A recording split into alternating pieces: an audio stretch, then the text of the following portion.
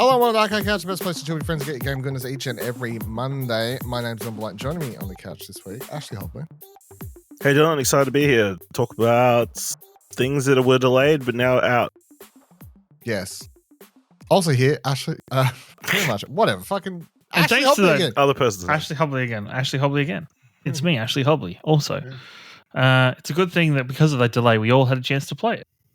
It all got moved to a good spot for us to play a video game. It actually would have been a better spot for me if it came out in its original release date. About a month ago. Yes. So this week talking about Assassin's Creed Shadows, and by we're talking about, I mean Kieran's played it. And we'll be diving into a couple of news stories, including how the Australian government still hasn't got the video game rating thing right. But yeah, jumping into it, obviously Assassin's Creed Shadows is finally out.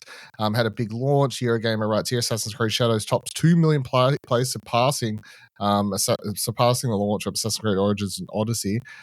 So massive launch to the game. They thank the games. Ubisoft on Twitter, social media said, thanks the fans for joining them on the journey to feudal Japan.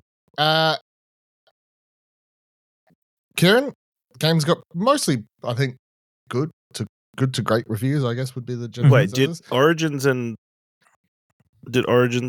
Odyssey have bigger launches than Valhalla, or what was the last one that they did? Last one was technically Mirage.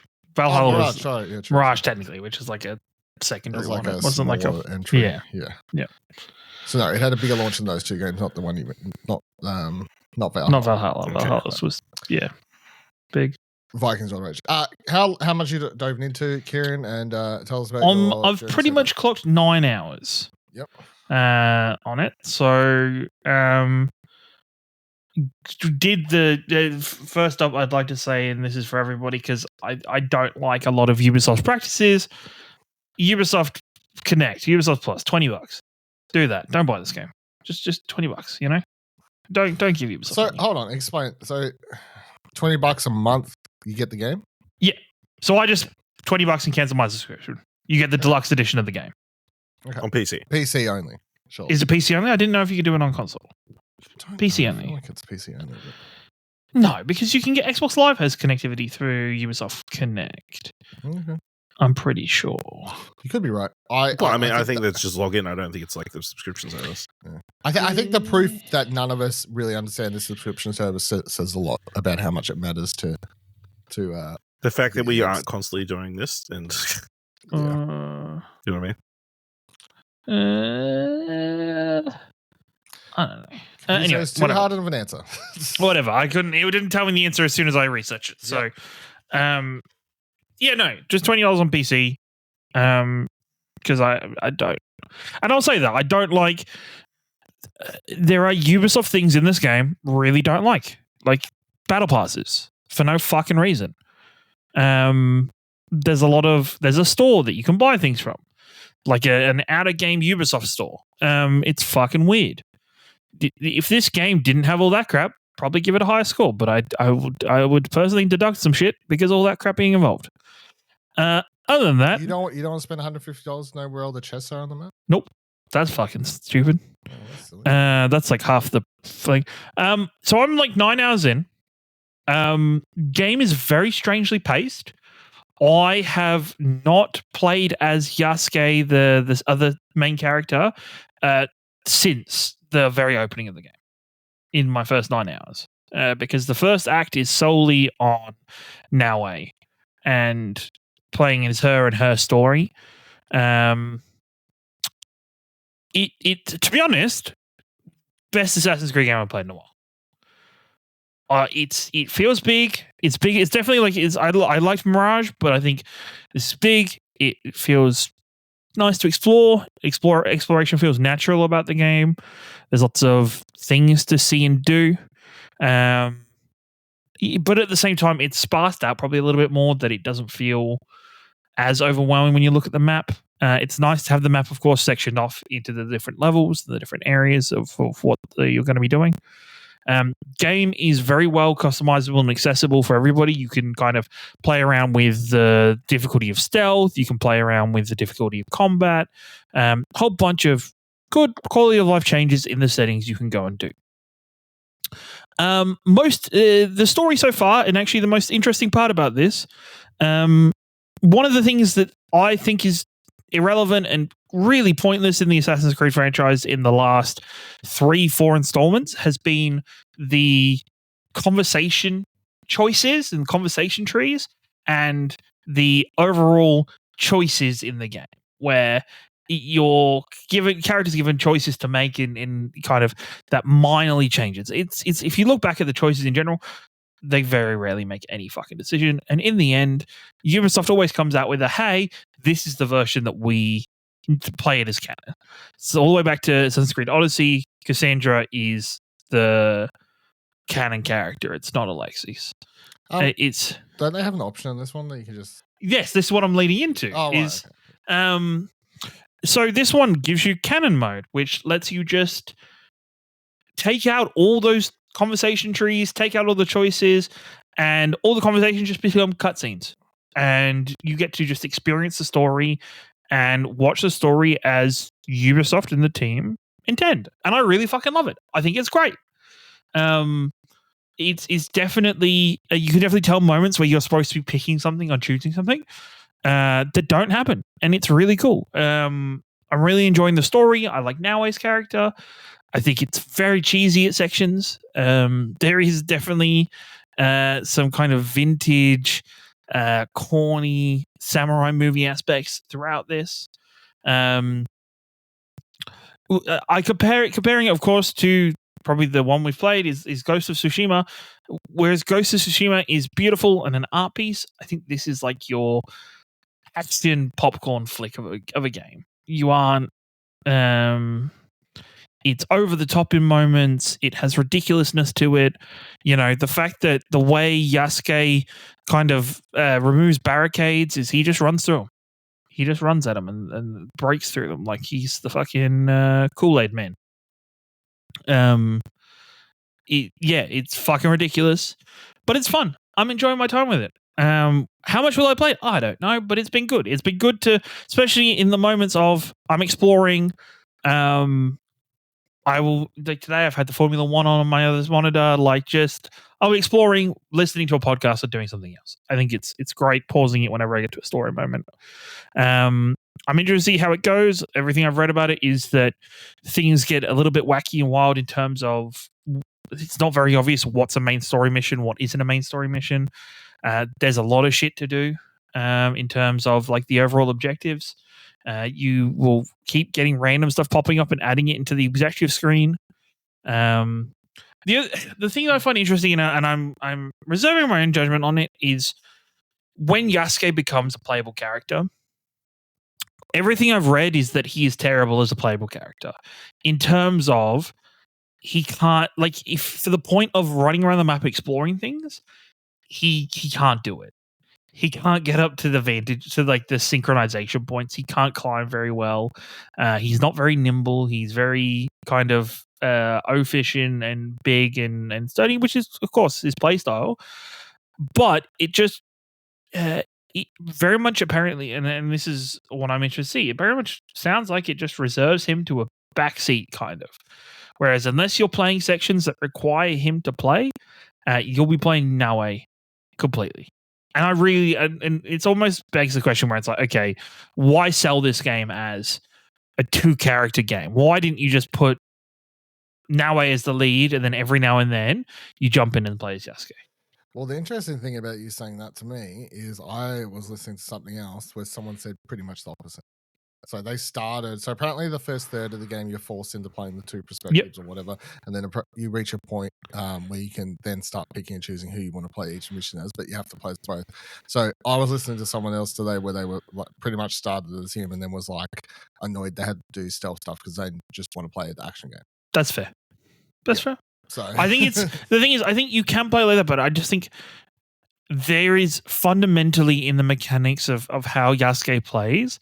There is fundamentally sections he just cannot do because it involves climbing or it involves Naoe's grappling hook and it's just generalized exploration stuff that you would do when you're walking through the world.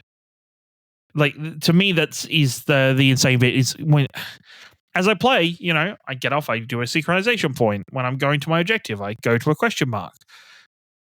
Everything it seems and feels like so far is it would be very difficult to do that as Yasuke because not everything makes sense. The map is very dense in terms of foliage, and because Japan is dense, it's very mountainous. So a lot of times you kind of have to stick to roads. You can't just kind of mountaineer your way across the map. You have to stick to roads, otherwise you get caught up in dense trees and foliage, and the character kind of rolls around a bit randomly. Combat's really fun. I like it. It's got all the things you come to expect from like kind of samurai Japanese many games where it's staggering enemies, doing vulnerability damage, bleed effects. It plays really well. It plays interestingly. I think overall it's good. It's a solid 8 at the moment. I think it's. Do you think this game would be better in a world where Ghost of Tsushima hadn't come out? Would you be enjoying it more? Because everyone everyone wanted the samurai Assassin's Creed game, and they took so long to make it that someone else is sort of. Yes, I think this game would have been absolutely amazing in 2016, when hot off the heels of Black Flag, prior to some of the downfall of Assassin's Creed throughout Syndicate.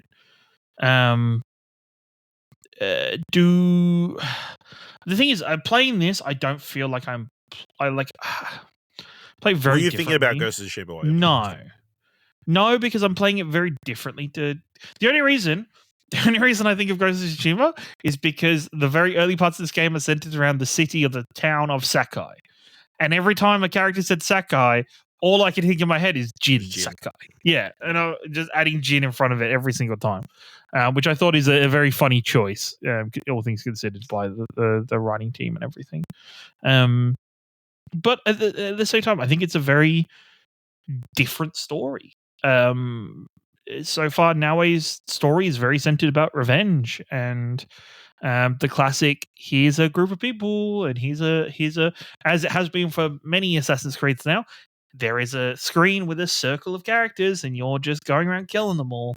And that wasn't the story for Ghost of Tsushima. That was more Jin's own plight and fight of doing what the honorable nature of the samurai is compared to the shinobi, and going down that path, and making the decisions he made later on. It helps that this is set in a different time period. The Shogun's been gone for a while, so it does, in that essence, feel different. There is more guns. There is what I think will be more interesting is in 6 to 8 months' time when Ghost of Yotai comes out. I think that'll be different. That'll we might play that game and then retroactively goes, man, this makes Assassin's Creed Shadow look like shit. Or we could go, man, Assassin's Creed Shadow looks way better. I don't think it's not. I don't think the narratives will be that. It'll just be presumably Ghost of Yotai comes out, and at the end of the year, when everyone's thinking about games, that people they will have forgotten. They'll just completely forget this game even exists. Yeah. Yep. I don't think everyone will even be having the conversation of which is the better samurai game. It'll just be like, yep, we're just talking about one and we're not talking about the other. Yeah. Which means maybe this was a good time for it to release. Would have been better back in November, December. Yeah, but then again, then again, we don't know what decisions and what changes were made to the game Are you running into any issues? Because apparently there was technical issues with the delay. So not so much. I have weird moments. There was one guy I killed today twice because I assassinated him and then he just sprung straight back up and I had to assassinate him again. People do that. Yeah. It's realistic. Yeah.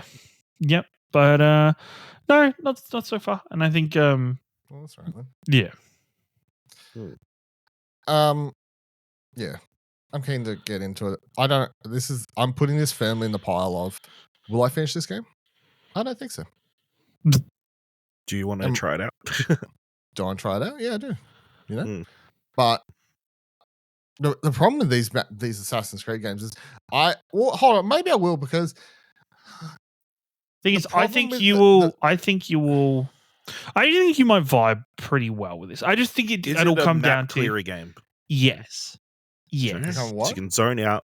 Yes. Like that's what I'm Listen- saying, right? This is the for me, and of course I didn't play that game, but for me, everything about this game is better than that fucking Avatar game that you played the shit out of. Pandora. I didn't Pandora. finish that Frontiers either. of Pandora. To put Frontiers that of into Pandora. perspective. I You didn't finish that either. But I feel like you'll vibe the same Wait, as this, where it You is spent a lot of time on it. you spend a lot of time on it, and I could see you spending a lot of time on this as well. In terms of just whacking on podcasts, whacking on TV shows that you kind of does like. that blue people in it, or No. Then No. What are we even comparing them for, guys? Has Portuguese people. Has Portuguese. Very similar to blue people. It's the same. It's history's blue people, the Portuguese. Yeah. Okay. Yeah. Yeah. Okay.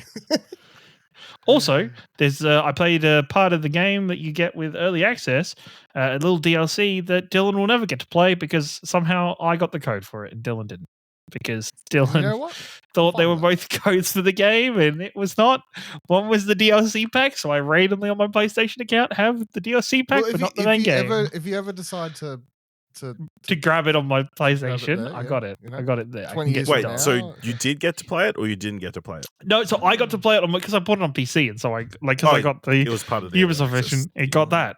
Dylan doesn't get that. I'm so upset about that too. Yeah. Was it important? No, you get a Never dog. is. You get a dog. Sounds important to You me. get a dog. There's other dogs you can get, so Okay. it's you just get a particular It's a dog. dog collecting game as well. Wow. Well, you pet a dog because there is a base building section of this game where you build a Of base, course. and so Why wouldn't there be? you get a dog. Anytime you pet a dog, you then add that dog to your collection of animals you can add into the settlement. Okay, so is that where the microtransactions fit in? No, there's like these. So there is in the game, as with all fucking Ubisoft games, you can go to the Ubisoft menu, and so there's like battle passes that to increase the battle pass, you go in. You can do these weekly missions, these weekly quests. They're called Animus Hex quests or something along the lines. You do them, you get them. I have read that because this launched apparently with 2 battle passes. People who got game keys a lot earlier, who have put like 80 hours into the game, have played for about 2 weeks, and who have completed all of the quests so far, have got halfway through one of the battle passes. Hell yeah. So they are grindy as fuck. Mm. There is like a currency in the game where like it's gold. I think the only way you earn the gold is either through the battle pass or 3 different things to do with the Ubisoft side of things. And you can, instead of paying for materials that you gather to upgrade your weapons, your items and stuff, you can use that currency to just automatically upgrade your weapons. That side of it as well. There's a lot of shit that Ubisoft bolt on to try and be like, yeah, this is a game and we're gonna do all this stuff, and you're like, you don't need to. Just let it be Assassin's Creed. Yeah. I mean, they haven't really.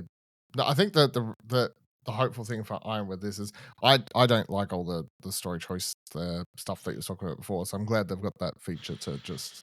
It's really good. You should turn it on immediately. This isn't a game where I'm like, let me play my character. Because deep down, it just doesn't make sense for this to be that game. Because you are in the meta narrative of this game, you are somebody playing through an ancestor's history. Oh yeah, who's the who? Will I haven't talked about it. There isn't one, but there is. There isn't one. I'm confused. Maybe you haven't is. seen it yet. So no. So when you start the game, it loads you up, and you get a welcome to Animus Ego, and it gives you like almost like a car salesman, like, this is, you're on a beach, but this isn't a real beach. This is one from your ancestors' memories. Ha ha ha. And so it's doing like a sales pitch, whatever. But then at the end, towards the end of it, it starts glitching out. It starts going things like there's this other voice that starts coming up that's like, they're lying to you. Keep going and we will meet down the line. Blah blah blah blah. And so I've just got to a section where before the main story mission that was like a big fight, it would like everything discarding it to like jump into this like fragmented section of the area, and the voice called the guide just spoke to you and it's like, oh, it is good that we're finally getting to talk. You're doing well. And then it explains the bleeding effect. And then it's like, oh, and normally the Animus Ego hollows you out from the inside and then she gets to do stuff with you.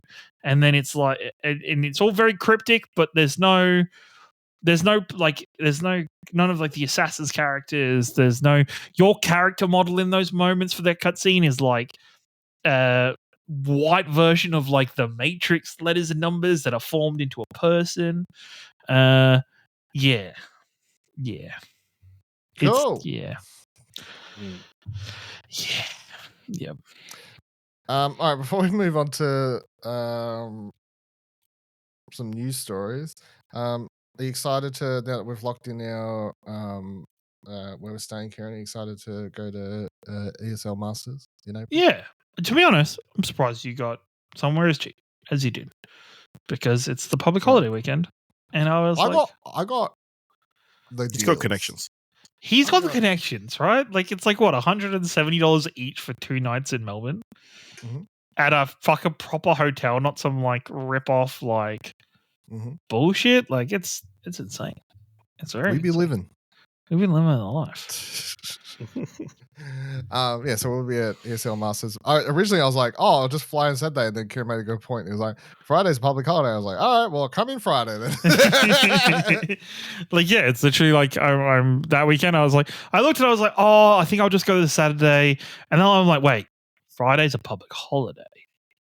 I don't have work. Awesome. All right." Yeah, because I was like, if we go there and we're like, I've had enough of this today, I'm like, who cares? I'm just in Melbourne for the weekend. We just go watch a movie or fucking 100%. drink at a bar. Who cares?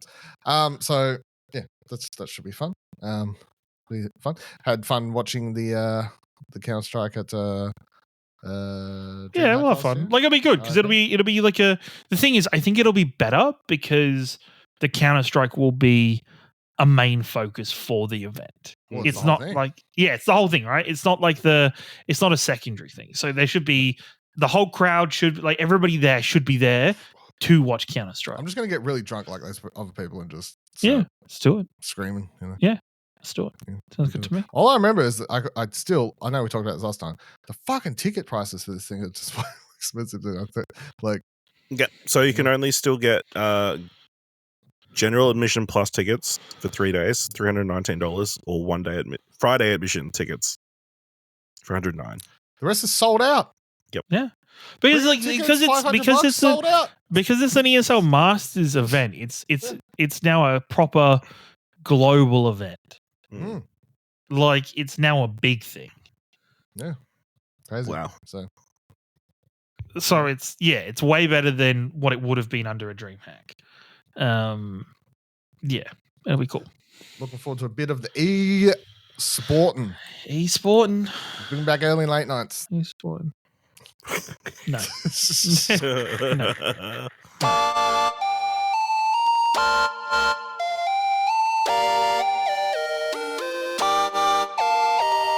All right, a couple news stories. Let's dive into them. Silent Hill F has been refused classification in Australia, writes Press Start. Shannon writes, Silent Hill F was just revealed a few weeks ago, but in typical Aussie fashion, it has been refused classification in Australia. It feels like it's been a few years since we had the latest slew of games being refused classifications, with this being the most high-profile game in ages. A listing on the classifications website simply says it has been refused classification by the IARC global rating tool with no further information available. Press Start says I've reached out to them for a comment. They haven't said anything. We don't have a release date for Silent Hill F, but given it's been submitted for classification, it must be fairly soon. We do know that the game is coming to PlayStation 5, Xbox Series S, XS, and PC with Xbox Play Anywhere support. It's a news story set in 1960s rural Japan where Shimizu Hanako's secluded town has been consumed by a sudden fog that's transformed her home into a haunting nightmare. Why?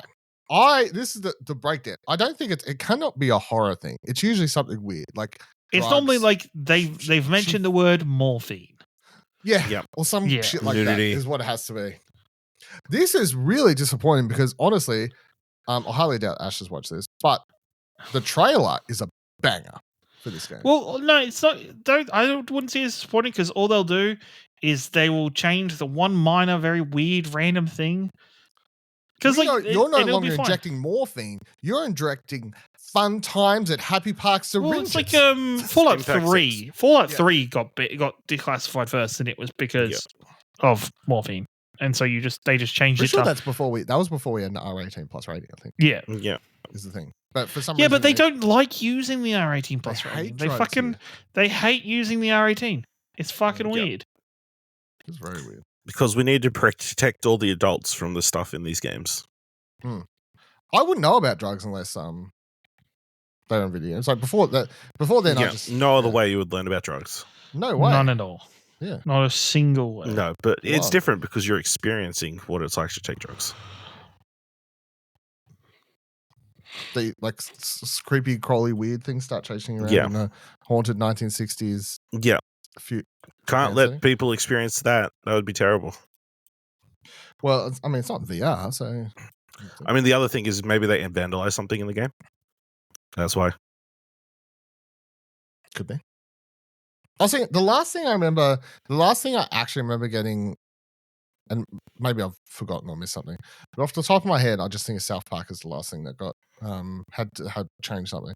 The first game, remember they had to take out the sex scene weird thing, the cock wagging around or whatever. Yes. Like I don't know, I don't recall anything after that. Not that I'm aware of, anyway. No, I can't remember. Did you watch the trailer for this, Kieran? No.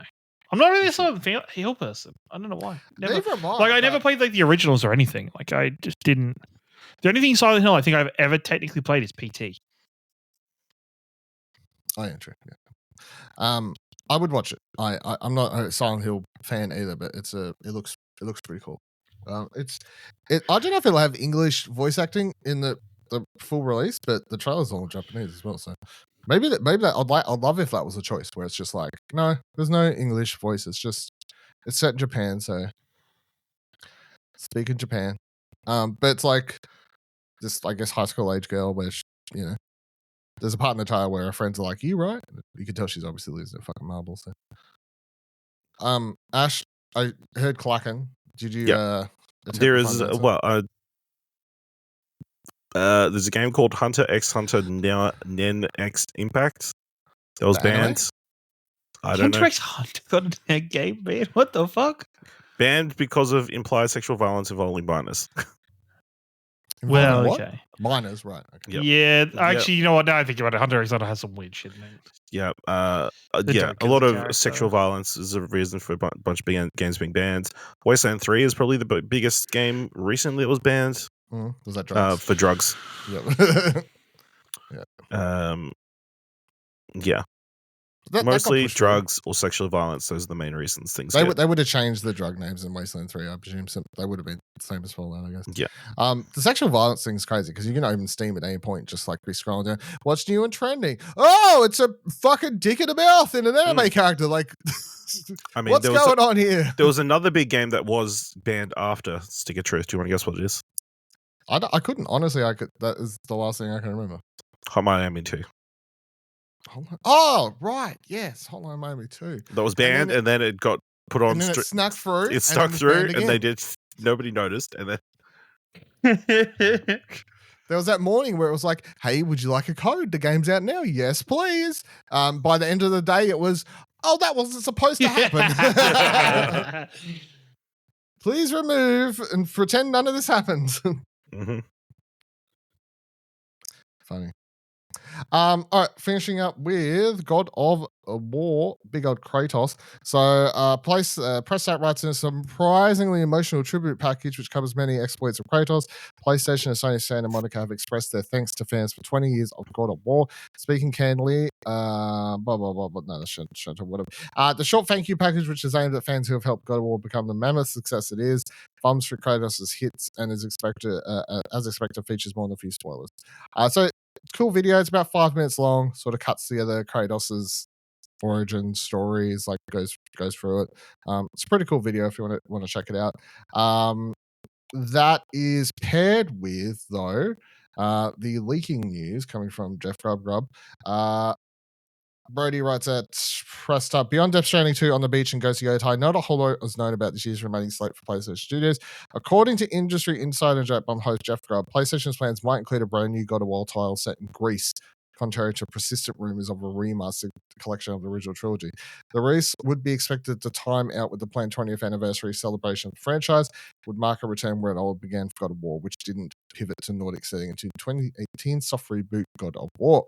The context of Grubb's post suggests it's a side story, so his tweet says, okay, everyone keeps asking me about this, so I've tried to find out more. There's still a Greek God of War thing coming out this year, but it's not a remaster collection, it's a new side story thing. How would we feel about a smaller God of War side story, quote unquote, if it turns out to be true, releasing this year? Would we have interest, or is it like, we're past that? Who cares? Kieran? I think it'd be cool, because this is the thing. I don't know if there is already in the game, because I don't know the old games. Is there like a story that bridges how Kratos came to be in the Norse side of things and away from Greece? Not really. I mean, not a game. I believe there's like miscellaneous content, like comics or books. Yeah. Because if there's that'd be pretty dope. Like, that would be pretty cool to have a game that's centered around that. Well, the thing is, I think it has to be like a canon game that's not like, here's this random thing that was happening off to the side without any characters that we care about. I think if this is a part of Kratos' story in the timeline, awesome, sweet. I don't want it to be hey, this is a random thing that happened between the God of War 2018 and Ragnarok, or hey, so you're basically talking about a game set after God of War 3, which is the last game chronologically before we jump to I think that'd be pretty sweet, because that game ends with him killing fucking Zeus. Kills Zeus at the end? Isn't Zeus the last god he kills? I can't remember if that was 2 or 3, to be completely honest. But that ends with him like settling his final battle against all the Greek gods or whatever. And then it was sort of like, okay, that's the end of the game. That's why everything after that was some sort of prequel, because that was like, they're like, how do we make more games? Because the story's done. So yes. I'd be okay with it. I mean, I've played all of them, I think, except for Ascension, which is a prequel game, isn't it? Yeah, it's like the earliest prequel one. I would only be slightly interested in it. Like, if they came out and said, this is a 6 to 8 hour sort of throwback to how the originals were, in celebration of the history of God of War while trying to tell you a new story. And if it is the idea of what Kieran's telling, sure, whatever. If it's something set between other games, whatever. But if they were like, look, it's just 6 to 8 hours, throwback sort of thing, celebrate the franchise, leave some little Easter eggs. There's some stuff in here to find out that hints at the future of the franchise. I think that would be cool. In fact, I would much prefer one 6 to 8 hour game than a remaster of the original trilogy, to be 100%. completely honest. Because I don't think the original trilogy, especially the first one, I don't think that ages well. No, they're pretty. I played because I did the PS2, the PS3 collection thing, and even playing that, I was like, okay, whatever. Ash, I don't think you haven't played any of the originals, have you? No. No. So how would you feel about the idea of like? And I'm sure there's a lot of people like you, where it's like your main attraction to the franchise is the more story-driven, character-driven stuff that we have now, So so I mean, I'd be open to it. Obviously, it's a franchise with a long lineage, 20 years. Crazy. Yeah, it is crazy. Like, you look at all the games. I guess the major question is who's developing it. Like, is it Santa Monica or is it somebody else? I think it would be interesting if it was like a case of Kratos like reliving moments, or like he's talking to Mimir on like one of their travels, and he's like flashes back to like certain fights, small. So it's a clip show. Recreated. Fights, sure. Big moments. Recreated fights in the new system.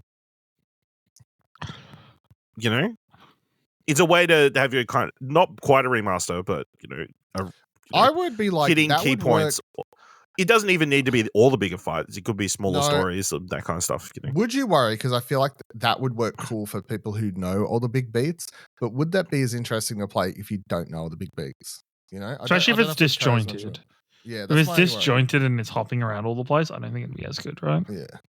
I mean, potentially. It just depends on how you tell the story. You know, because if they start with like they're like, let's start with War 1. Why don't you tell me about and have a list of all the things, you know, fights you want to have or whatever? That would not be great. But if there's a flow through story to why he's telling the story in the order, but you're missing all the because the problem is that, first big boss in the first game is like Medusa, right? So it's like if you just jump straight away to fighting at Medusa's head, you don't have like the couple hours of build up and like small story moments to explain. Like that's what dialogue is for. Okay, cutscenes, you know. If only it was so easy. But yeah, obviously, it'd be cool. It'd be cool. It's a concept, you know. Don't want to steal it if they haven't started already. What? Your idea? Yeah, just steal my idea. You're welcome. Even though they've probably been developing and working on this for... But it sounds like you shot down my idea as being bad, so you don't want to take my bad idea. Just restart. You're welcome. Just go at it again, yeah. Yeah. Reboot the whole thing now. Why not? It's fun. All right. Before we go, I need to go rogue. I need to go rogue for a second. Breaking news. Have you got physical media for a second? No, fuck that. What the fuck? Ash is on What Do You Want to Watch? Anytime I've got a bit where I'll just interrupt Ash when in the middle, end of the show sometimes, and just be like, I've got to talk about this Blu-ray, everyone. Yeah, just completely judge. Okay. No, this is a semi-serious one. We don't have Between the Cushions this week, but I wanted to just have a very quick moment for our audience. Sadly, this week in my life, I've had someone close to me commit suicide. And I just wanted to reach out to everybody because I think it's so often said that you don't know what people are going through and you don't know how they're feeling. I saw this person at 10 a.m.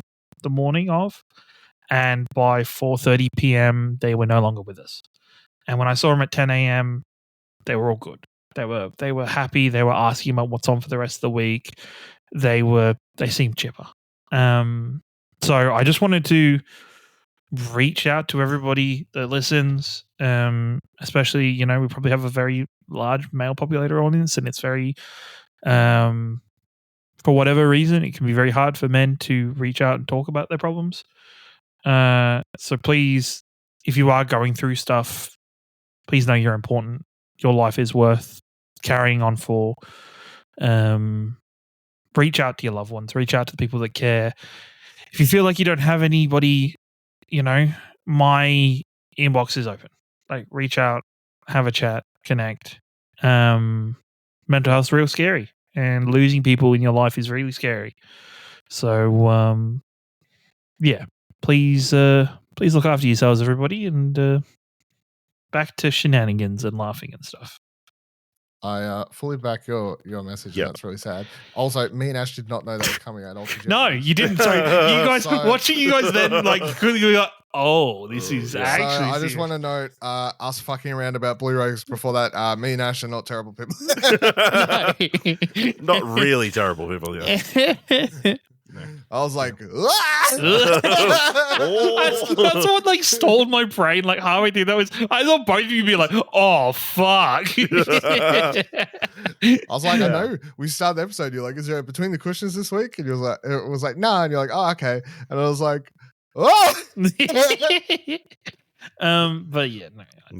Oh, you doing all right? That's terrible. Yeah, I'm good. It was very rough. Happened Monday, it was very rough for me, like Monday night, Tuesday morning, just because of, as I said, like so many people say that everybody seems all right and everybody seems happy before they do it, and it just to have somebody say that and then have to experience it, very different experience and very very scary. So yeah, reach out to your loved ones, tell them you love them.